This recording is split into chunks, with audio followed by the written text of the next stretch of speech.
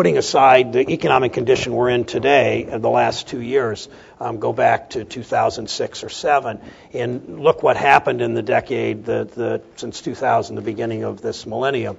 We saw economic growth. We saw recovery coming out of a minor recession at the turn of the millennium, if you will. We saw good economic growth. We saw good profits for industry, for employers, for companies, and we saw almost terrifically increased productivity from a workforce.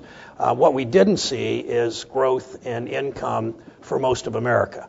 So to me, the economy should always be measured with always a focus on what does this mean for 80% of our country, not just as important as economic growth is, as important as profits are.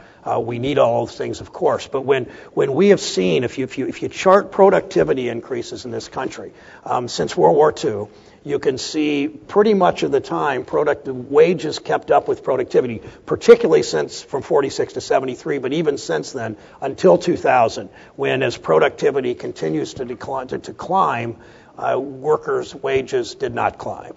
So economic growth, when it's not shared by large numbers of people, is certainly worth something to our country, but it's not what it should be. And that's where our focus absolutely needs to be. It's not what we talk about much in seminars like this. It's not what we talk about much on Capitol Hill. It's not what the nation's newspapers and the pundits on MSNBC or Fox or CNN talk about. It really is where the focus, in my mind, should always be. How do we get economic growth, and how do we see the kind of wage increases for white collar and blue collar alike?